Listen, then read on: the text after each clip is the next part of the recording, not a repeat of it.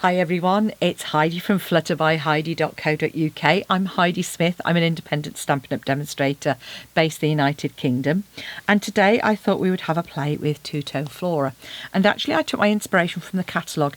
Now, I know a lot of my customers say, oh, I don't want a paper catalogue. And that's fine. You can find things on the website, but it is really useful to have one because you can get inspiration. Now you can see here that I've actually taken my inspiration from the front of the catalogue. You can see it's a variation on this one here, and all through the catalogue there are lots of different samples, so as you come to have a look, you know, as you can see here, you've got lovely ideas on how you can use that stamp set.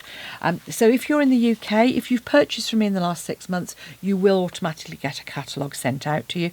But if you haven't, and you haven't got a demonstrator already, please do reach out and I can send you one of our current catalogues for you to have a look through.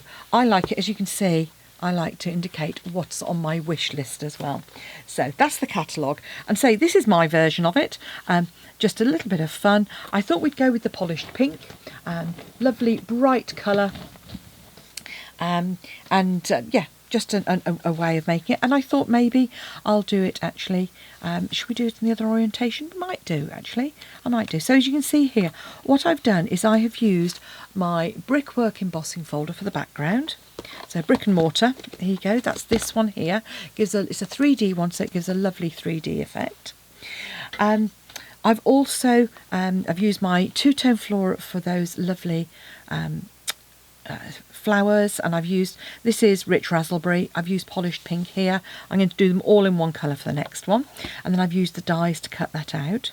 And then you possibly can't see, but all of these are different ways of saying thank you in various languages, and I've just highlighted that one with a bit of blending to say thank you, and that is these cut and emboss folders here.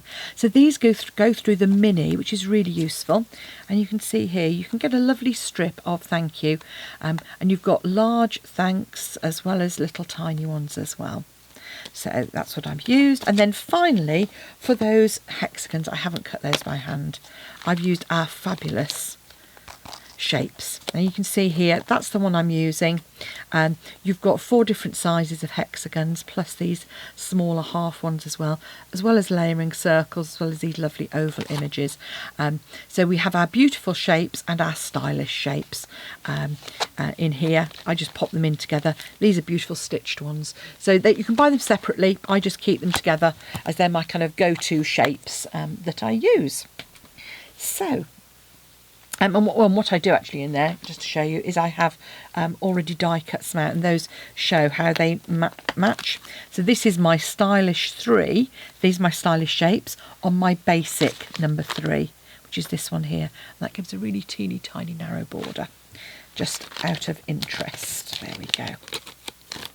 Okay, so shall we get started? So the first thing I'm going to do is I'm going to die cut myself some of these hexagons, and then we're going to run them through. I'm also going to take my piece of basic white, which is 14 by 10 centimetres, and run that through the embossing folder. Now when you use this embossing folder, the great thing is we've got a line here, so whichever orientation you're going to do, you can line that up. So if we were going to do a horizontal version, we want the bricks going across, so we've got a line to do that. And if we're going to do our portrait version, we would obviously just line it up like so, close our sandwich over the top, and then pop that through our folder. So I'm going to do that. I'm going to die cut myself some shapes and pop those through. Now with these, you might decide you want to just have them really random, in which case you can just pop them in however you like. But if you want that thank you, you just need to be careful with your placement. So I just have a look at it and make sure. What I do is I use the edge to give me a reference point to line that up and get my thank you. And by looking through the folder, you can just see the thank you there is kind of on my on the middle of my section. So let me run those through. Having run those through, I did change my mind. I decided to go horizontal. So I've got some nice embossed sections. I've got my thank you there, so I can pop that to one side. I've got my lovely piece of embossed wall, which I'm going to have again. And now we want to do some stamping. So I'm just going to grab my, I've got a scrap piece of card here that I'm going to stamp my images onto. Now these are photopolymer stamps, so no surprise, I'm going to get you to get your Stampin' Pierce mat out. And with the two-tone flora, I just created myself a bit of a crib sheet. So you can see here, I labelled my stamps and dies 1 to 6. I wrote on here which one is which and numbered my dies as well. And it just makes it that little bit quicker when I come to do it. So I'm using my number 1 and I'm using my number 6 for my floral images. So I'm going to grab those out as well. And so let's get and I'm also going to do my leaves. So with these, I put my bits and pieces to one side for a moment. Okay. So with these, we've got a detailed and a layer for each of our stamps, and then for the leaves, we've just got a straightforward stamp as well. And I stamp these first in detail. I started off doing the outline, then I went, no, this isn't working. So this way I find is much easier. So take your detail stamp and stamp it down. Then you take your sort of background one, stamp off, and then if you hover over, you can line up both the centre and the outside of those leaves, and you will see you'll get that lovely image. I rocked a little bit and I've come off, but that doesn't matter because that's going to be cut out by our die anyway. So I can just pop that over the top there, ready to die cut. And do exactly the same with our two smaller ones. So just stamp that detail twice, and I'm going to then come off. And again, I've also put a dot at the top of my stamp to kind of show which way up it goes. That just helps me line it up with the die as well, because I do the same with my die. You will find there are various spots that you can help line up. So on this one, you've got that sort of scallopy edge at the top. But also, because I've got my dot there, I know that that's broadly speaking. And I just twist it until it's right. You can see my little number 6. We probably can't, but anyway, there it is there. And then I'm just going to use some soft succulent to stamp my leaves, and I'm going to want 2 of those.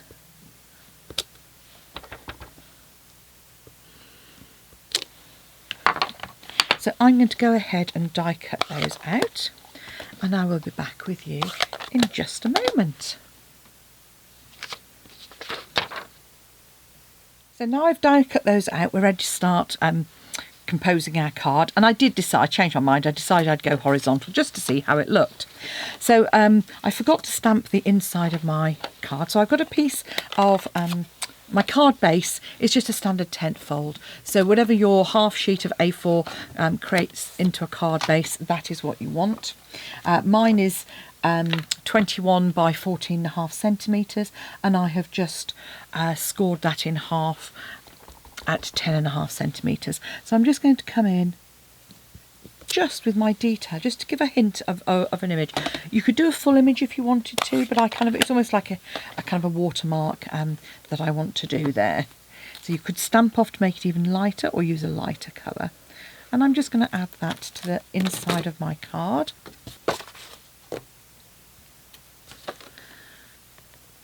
And I'm using polished pink again, as I said, just to echo that.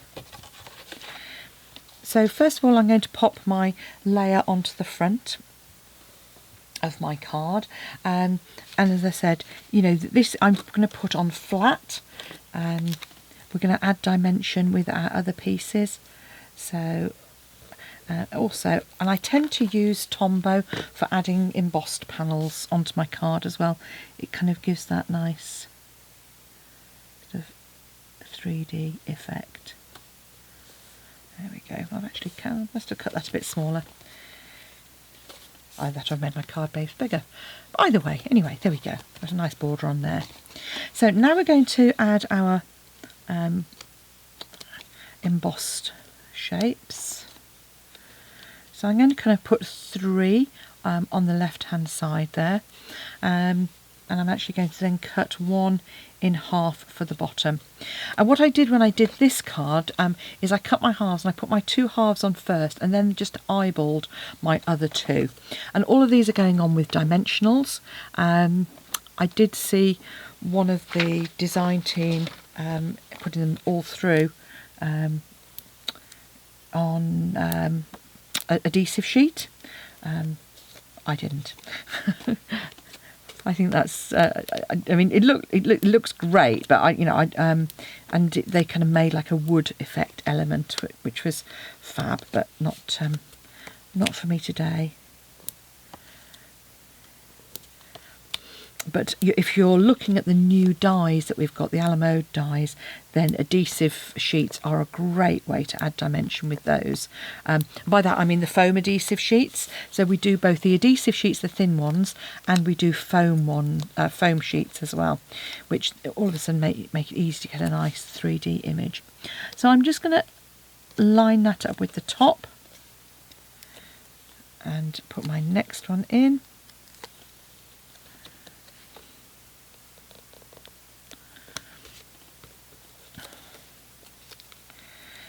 Again, just adding each of these in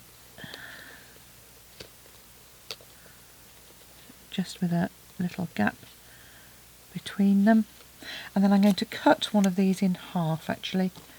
I probably should have done that first. Easy to do with these because you can just line the points up.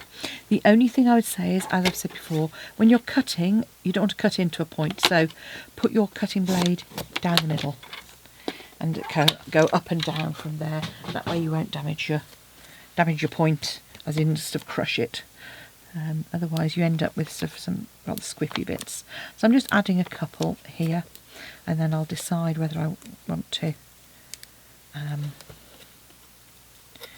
add the top one or not. So let's pop this one here. And then this thank you here, what I'm going to do, I'm just going to make sure it hasn't got too much debris of colour. Just add a little bit of polished pink. And just to make that stand out, I'm just going across with a sponge dauber, very gently, just to highlight that thank you. So I can pop that in there as well.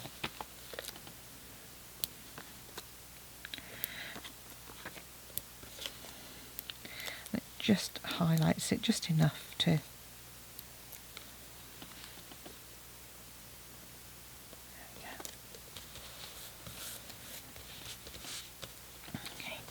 So now we can add our flowers. So I'm going to use my bone folder just to add a bit of a curve to those.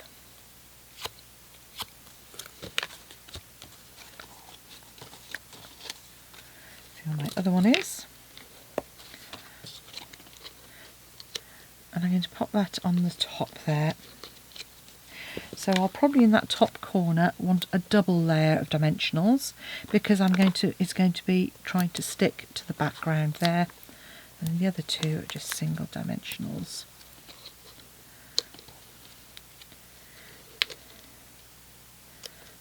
And I'm going to pop that, just pop that, I'll pop one over there and then I'll put my second one down.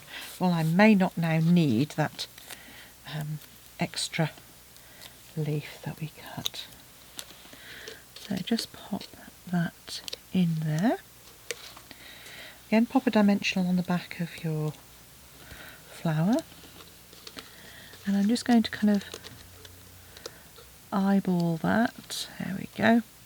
And then glue my leaf on flat with a bit of Tombow.